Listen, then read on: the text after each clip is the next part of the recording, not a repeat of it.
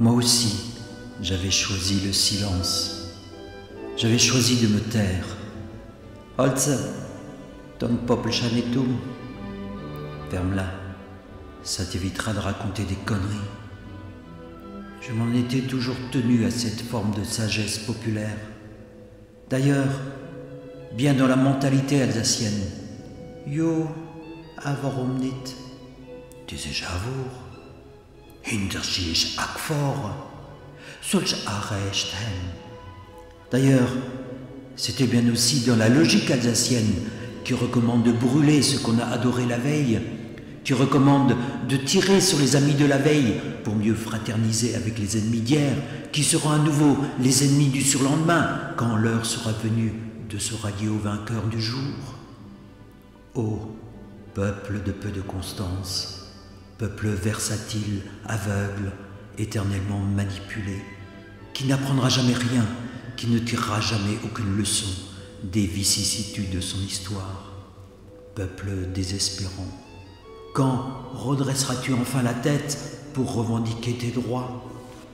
Droit à ta culture double, latine et germanique, ta langue alsacienne, Witschiskost Rundenich, droit à ton identité, droit à ton histoire, histoire d'un peuple martyr, vilipendé, honni, raillé, à jamais asservi, toujours occupé, Psetz, piscapiné, dont la faute originelle n'aura jamais été que de se retrouver coincé entre deux malentendus, entre deux malentendants, entre le marteau et un autre marteau.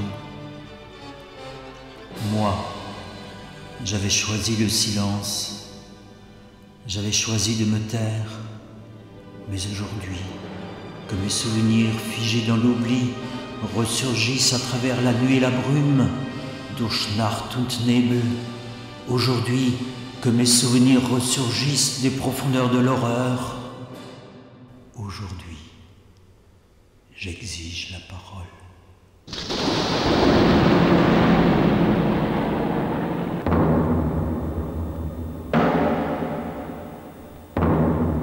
Né en 1922, j'avais 19 ans quand je suis appelé à Offenburg pour y effectuer ma période au Reichsarbeitsdienst. Ce service de travail obligatoire pour tous les jeunes gens est rapidement étendu à toutes les jeunes filles, duré 6 mois. Outre les heures de travail manuel, consacrées à la participation aux récoltes, à la construction d'autoroutes, la régularisation des cours d'eau, l'assèchement des marécages, nous étions en instruction aussi bien civique que politique et militaire pour nous raisonner et nous inculquer l'idéologie nazie et la discipline militaire allemande. Nous subissions en fait un entraînement paramilitaire. En guise de fusil, nous utilisions une bêche pour apprendre le maniement des armes et la marche au pas cadencé, mit Spaten und Gewehr.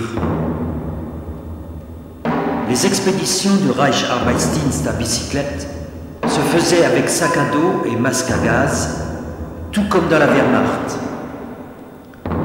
On l'aura compris, le Reichsarbeitsdienst n'était en fait que la première et nécessaire étape de l'assimilation et de l'intégration du peuple alsacien dans le giron du Große Deutsche Reich.